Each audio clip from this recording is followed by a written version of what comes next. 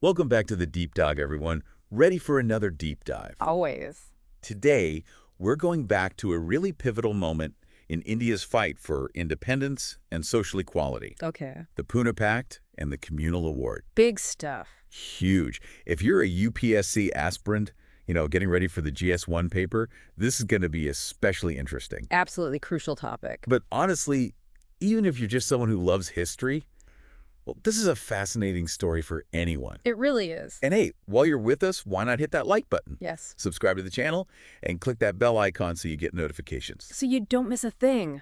Okay, let's unpack this. Picture India in the 1920s and 30s. Okay. Independence movement is gaining momentum, right? Right. But then this huge question emerges. How will different communities, especially those who have faced historical marginalization, find their voice in a free India? A fundamental question. And that's where the story of the Poona Pact and the Communal Award begins. And what's really interesting is that even within those communities, there wasn't always a unified voice. Right. Like, take the depressed classes, for instance. Yeah. They had such diverse views on the best way to achieve political representation. Absolutely. Like, remember the Rajamunji Pact? Of 1932. Yeah, 1932. Mm. It proposed reserving seats for the depressed classes, but within the existing electoral system. It was seen, as a way to ensure their representation, but without really disrupting the existing power structures too much. Right, so trying to work within the system. Exactly. But of course, not everyone agreed with that approach. Oh, absolutely not. A prominent figure like Dr. B.R. Ambedkar, he outright rejected that pact. He did. He argued that without separate electorates, where the depressed classes could actually elect their own representatives, Yeah. their voices would just be drowned out by the dominant caste Hindu majority. It's like, how do you make your voice heard when the system is stacked against you? Exactly. And he saw separate electorates as the only way to guarantee genuine political power for the depressed classes. A powerful argument. Really powerful. But this idea of separate electorates, giving specific communities the right to vote for their own representatives, that was a really controversial idea, wasn't it? Oh, it was a powder keg. Yeah. And the British, I think I do, yeah. masters of divide and rule, right? Right. They saw this as a way to potentially fracture the Indian population, weaken the nationalist movement. Exploiting these internal divisions, classic tactic. Absolutely. It's like, let's keep them fighting amongst themselves so they don't unite against us. Exactly. And they had a history of this protective discrimination, Yeah. right? Offering certain privileges to specific communities as a way to kind of maintain control. Oh, yeah. It was one of their go-to tactics. Yeah. So when the Simon Commission arrived in India in 1928, remember? To recommend constitutional reforms. Right. Ambedkar, representing the depressed classes, he went all in advocating for these separate electorates. Yeah, his testimony during those hearings is fascinating. He really lays out the historical injustices Oh, yeah. faced by the depressed classes and argues that, separate electorates, they're absolutely essential for their political empowerment. It's like, you can't just give us a few token seats and call it a day. We need real power to shape our own destiny. Right. But the commission, they didn't grant him that, did they? No. They recommended reserve seats, like a set number of positions in legislature specifically for the depressed classes, but they wouldn't endorse separate electorates. So a setback for Ambedkar. It felt like a slap in the face, like their demand for true self-determination wasn't being taken seriously, but it wasn't the end of the story. No, because then came the roundtable conferences, right? In London. In London, yeah. This is where things really started to heat up. Okay, now this is where things get interesting. What exactly was the Communal Award? Well, And why did it cause such a stir? imagine this. The Communal Award not only kept separate electorates for Muslims, which was already, a contentious issue, Yeah. but it extended them to other groups too.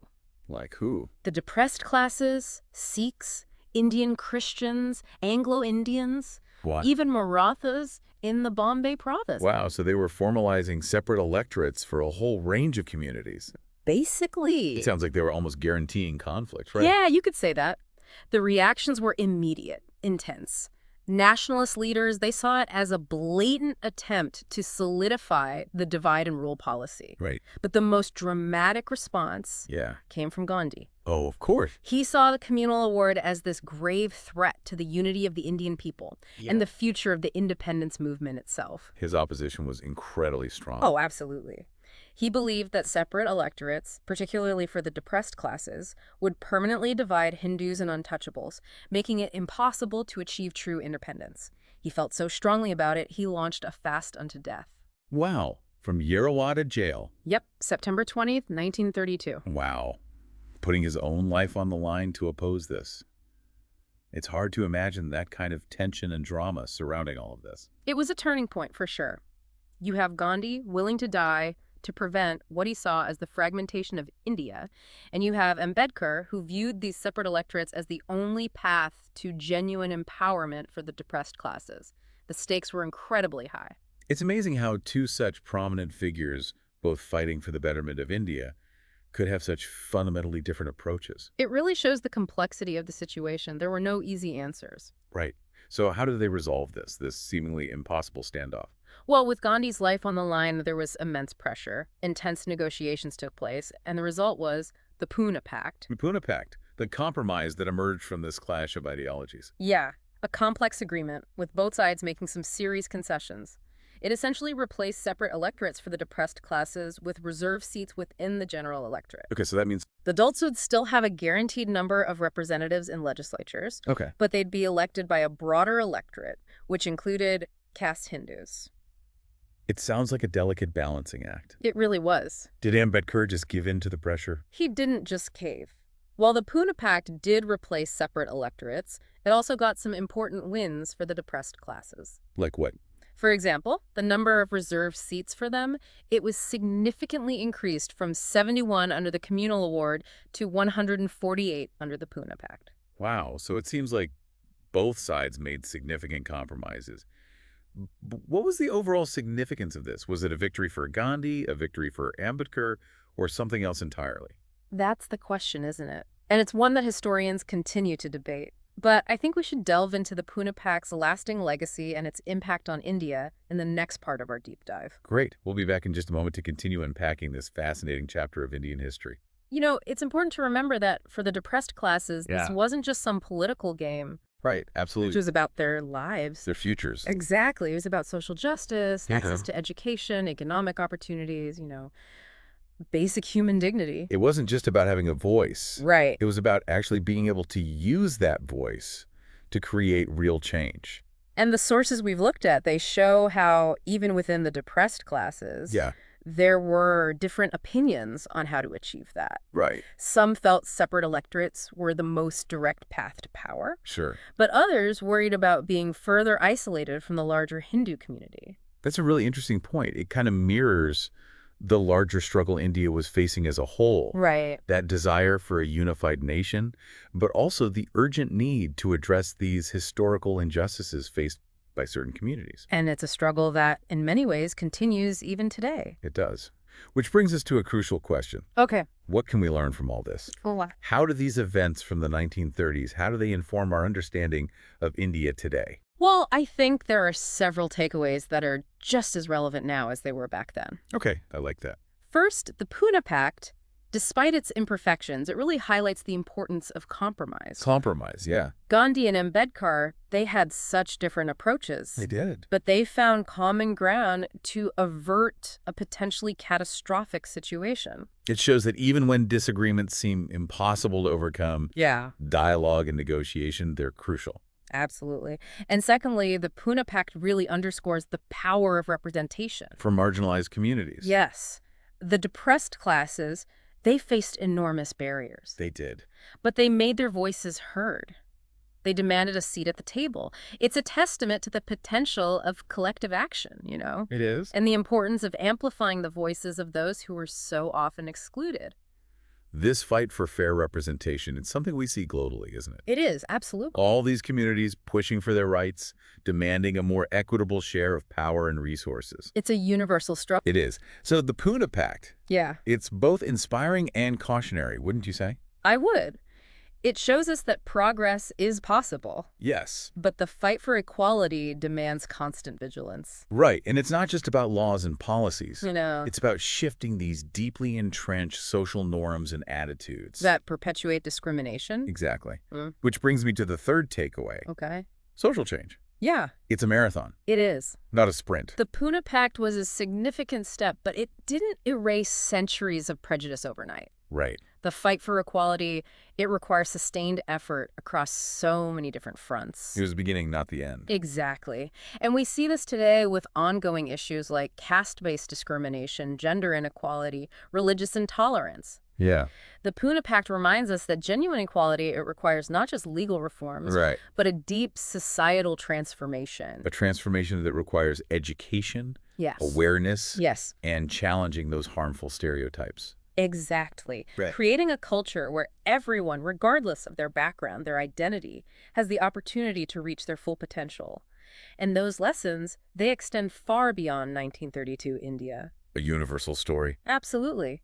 A fight for justice and equality that transcends borders and time. And the Poona Pact, with its triumphs, compromises, and ongoing challenges, it gives us such valuable insights into this complex struggle. It reminds us that we all have a part to play in shaping a more just future. Speaking of roles to play, the Poona Pact had a lasting impact on the very foundations of modern India, didn't it?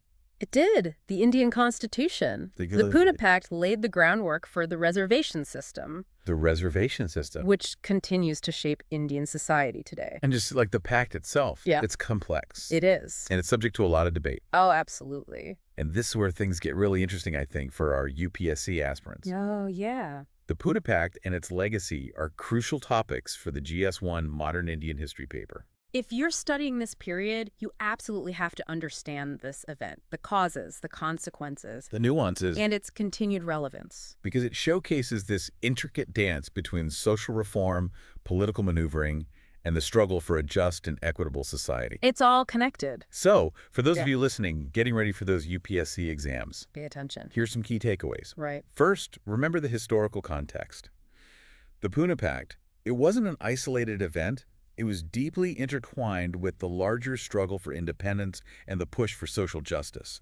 You really need to understand the role of key figures like Gandhi, Ambedkar, and the British government in shaping these events. Right. It's all part of a bigger picture. Secondly, focus on those core demands of the depressed classes and how those demands evolved through events like the Rajamunjay Pact and the Communal Award. Don't just memorize the names. Right, exactly. Understand the nuances of these different proposals, the arguments for and against them. That's the key. That's what's going to help you really grasp it. And thirdly, don't just memorize the terms of the Poona Pact. Right. Analyze its long-term impacts, both the intended ones and the unintended ones. Right. What were its limitations? Yeah. How did it affect the Dalit community? Exactly. How did it influence the drafting of the Indian Constitution? Especially those provisions for scheduled castes. These are the kind of analytical questions that UPSC examiners, they love to ask. They do. So think critically about the Poona Pact, its place in the larger narrative of Indian history, and its relevance today. Right. UPSC is not about memorizing facts. It's about understanding the context.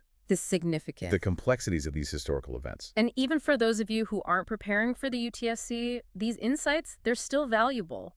Understanding the Poona Pact can help us grapple with those ongoing debates about social justice, representation, the legacy of historical inequalities. It's a window into the ongoing journey towards a more inclusive and equitable society. It really is. Now, before we wrap up this part, I want to leave our listeners with a question. All right. I like it. The Poona Pact, it was a compromise. Born out of a very specific and turbulent period. But it continues to spark debate even today. So was it a success? And how do its legacies impact India even now? Those are the questions. Those are the questions to think about. That really get to the heart of how we evaluate these historical events. Right. And their lasting impact. This has been an insightful journey. It has. Through this pivotal moment in Indian history. We've explored the context, the key players, the negotiations. The lasting impact of both the Communal Award and the Poona Pact. And how these events were just so deeply intertwined with the fight for independence. And the pursuit of social justice. We'll be back in just a moment for the final part of our deep dive. Okay. We'll wrap up this fascinating story then. Sounds good. Stay tuned. So was the Poona Pact a success? That's the big question, isn't it? It's not a simple answer. Right. It really depends on, I guess, who you ask and what you focus on. Exactly. For Ambedkar and a lot of the depressed classes, the Poona Pact, even though it was a compromise, Yeah. it was seen as a step forward Right. towards greater political representation and social recognition. Yeah, it gave them that platform, right? Yeah, To voice their concerns and fight for their rights. within a unified India. Yeah. But it wasn't perfect, was it? Definitely not. It faced criticism, too. Some people argued that it actually reinforced the very caste divisions it was supposed to address. Right, by creating those separate electorates, even within the general electorate. Yeah. Some argued that it emphasized difference. Rather than promoting true equality. It makes you think, right? Like, even if the intention is to empower marginalized communities, could separate electorates actually perpetuate that sense of otherness? And that's a debate that's still going on today. Oh, absolutely. Not just in India, but around the world. Whenever we talk about affirmative action, Minority representation. it seems like finding that right balance Yeah. between addressing historical injustices and fostering a sense of unity. It's tough. It's a constant challenge. It really is. And the Poona Pact is a perfect example of how, even when you have good intentions, Yeah. there can be unintended consequences. Social change is complex. It is. It's messy, and it often requires us to, adapt and reevaluate. We have to be willing to learn and adjust as we go. So where do we go from here? What lessons can we take from the Poona Pact and apply to the challenges we're facing today? Well, one big one is the importance of dialogue. The Poona Pact, even with its flaws, showed us that communication is key. Yeah. Finding common ground, even when there's strong disagreement. It also highlighted how important it is for marginalized communities to have a seat at the table. When decisions are being made that affect their lives. Exactly, and it reminds us that we have to be vigilant Yes. to make sure those policies designed to promote equality, that they're actually working. And that they're not creating new forms of exclusion. The Poona Pact, with all its complexities and nuances, It's a vital part of India's story. it reminds us that progress isn't always neat and tidy. It's often incremental, messy, and it takes continuous effort. But it also gives us hope. It does. That dialogue, compromise, and a commitment to justice. They can lead to positive change. It really is a story that encourages us to think critically. About how we deal with historical injustices. About how we balance the needs of diverse communities. And how we create a more inclusive and equitable future for everyone. Absolutely. Well, this has been a truly enlightening deep dive It has been. into the Poona Pact and the Communal Award. A fascinating period of history. To our listeners, we hope you found this journey as thought-provoking as we did. I hope so. Remember, history is more than just dates and names. It's about understanding the forces that shaped our world And learning from the past. so we can build a better future. Thank you for joining us on the Deep Dive. Until next time.